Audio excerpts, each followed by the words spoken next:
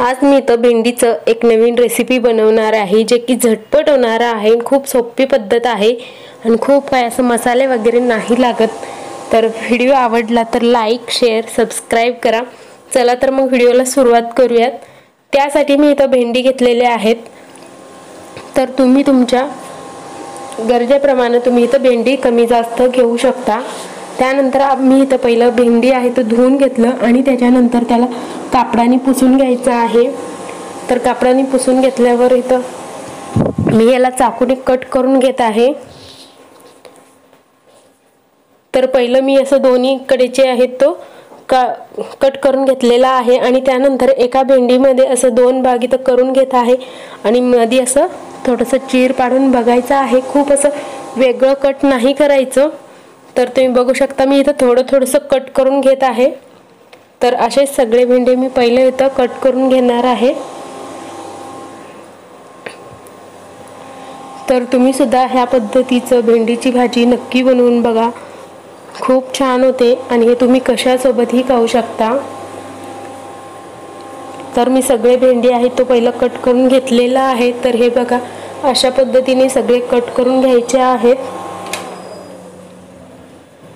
त्यानंतर ह्या भेंडीच्या भाजीमध्ये घालण्यासाठी कांदा वगैरे इथं कट करून घ्यायचे आहेत। तर कांद्याला मी एका असं अर्ध कट करून घेतलं आणि त्यानंतर त्याच्यामध्ये असं 4 फोडी इथं करून घ्यायचे आहेत। म्हणजे आपल्याला हे कांद्याचं आहे तो वरचा आहे तो मोठा असं ह्याचे साल इथं काढून घ्यायचे आहेत।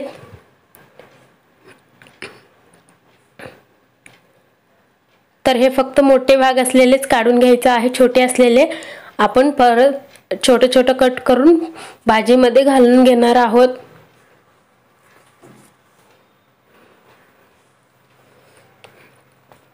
तर साधारण एक अर्धा कांदा एवढं मी इथं कांद्याचं साल असं छोटे छोटे घेत आहे आणि त्यानंतर एक 4 ते 5 टोमॅटो सुद्धा मी असं मोठे मोठे कट करून घेतलेला आहे।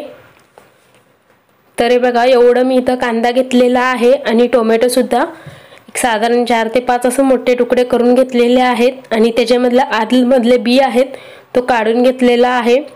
एका कढईमध्ये तेल गरम होण्यासाठी ठेवून दिलेला आहे।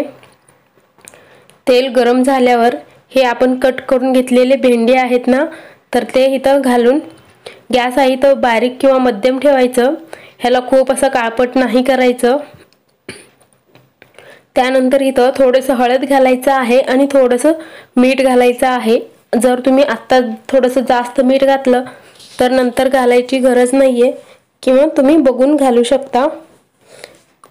तर साधारण याला एक 3 ते 4 मिनिटं पहिलं परतवून घेतलेला आहे आणि त्यानंतर जे आपण कांदा असं वेगवेगळं करून ठेवलेलं होतं तर ते ह्याच्यामध्ये घालायचं आहे आणि टोमॅटो सुद्धा घालायचा आहे। तर सगळे एकत्र छान असं परतवून घ्यायचं आहे। भेंडी तुम्ही बघू शकता याचा कलर आहे तो छान असं बदललेला आहे। तर छान असं मऊ सुद्धा हे झालेले आहेत आणि कलर सुद्धा बघू शकता तसंच आहेत। तर आता आपण ह्याला बाजूला काढून ठेवूयात। कांदा सुद्धा छान असं परतला गेलेला आहे। खूप जास्त वेळ परतवायची गरज नाहीये, साधारण एक 4 ते 5 मिनिट याला लागतात। तर गॅस बंद करू आणि याला एका ताटमध्ये काढून घेते। त्यानंतर जे आपण कांद्याचे छोटे छोटे भाग होते ते काढून ठेवलेलं होतं तर ते इथे घ्यायचं आहे।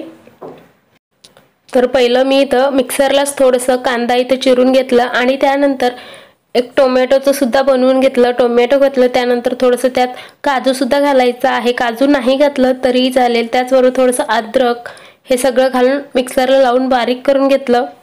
त्याचबरोबर आता भाजी करायला सुरुवात केलेली आहे। कढईमध्ये तेल गरम झाल्यावरती जिरा घालायचा आहे आणि त्याचबरोबर जे आपण मिक्सरला लावून घेतलेला कांदा आहे तर ते ह्याच्यामध्ये घालायचं आहे। मसाले घालून घ्यायचे आहेत। तर कांद्याला 2 मिनिटं परतवून घेतल्यावर मसाला घालून घेत आहे। थोडंसं हळद घातलेलं आहे आणि त्याचबरोबर थोडंसं लाल तिखट, धने पावडर, जिरा पावडर आणि त्याचबरोबर थोडंसं इथं मी काळी मिरी पूड घालत आहे। तुम्ही जर अख्खं काळी मिरी वापरलात तरीही चालेल। तर खूप जास्त मसाले न घालता एवढंसं मसाला मी इथं घातलेला आहे। तुम्ही तुमच्या आवडीप्रमाणे लाल तिखट वगैरे कमी जास्त घालू शकता। तर मी ह्याच्यामध्ये मीठ घातलेलं नाहीये कारण आपण भेंडी भाजतानाच मीठ ह्याच्यामध्ये घातलेलं आहे। तर नंतर बघूनच घालायचं आहे मीठ।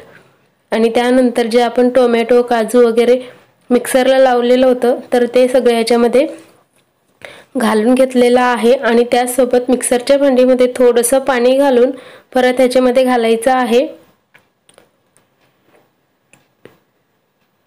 तर याला इथं शिजवून घ्यायचं आहे साधारण 2 ते 3 मिनिटांसाठी आणि त्यानंतर जे आपण भाजून वगैरे घेतलेलं होतं भेंडी वगैरे ते सगळं याच्यामध्ये घालायचं आहे। तर सगळं एकदा छान असं मिक्स करायचं आहे। तर सगळं मिक्स करून घेतलेलं आहे। तर ह्याच्यानंतर 2 ते 3 मिनिटं आणखीन याला शिजवून घ्यायचं, म्हणजे जे काही भेंडी अजून थोडं कच्चं असेल किंवा कांदा वगैरे तर ते सुद्धा छान असं शिजून निघतील। तर 2च मिनिटं मी चालू ठेवलं होतं आणि त्यानंतर लगेच इथं गॅस आहे तो बंद करणार आहे।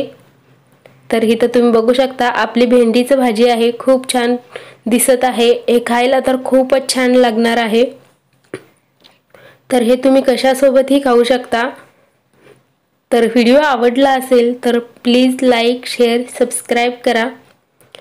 तर आता मी गॅस आहे तो बंद केलेला आहे। कलर तुम्ही बघू शकता खूप छान दिसतोय। तर तुम्ही सुद्धा अशा पद्धतीने घरात एकदा भेंडीची भाजी नक्की बनवा, खूप सोपी पद्धत आहे। तर पुन्हा भेटूया पुढच्या व्हिडिओमध्ये, तोपर्यंत बाय बाय।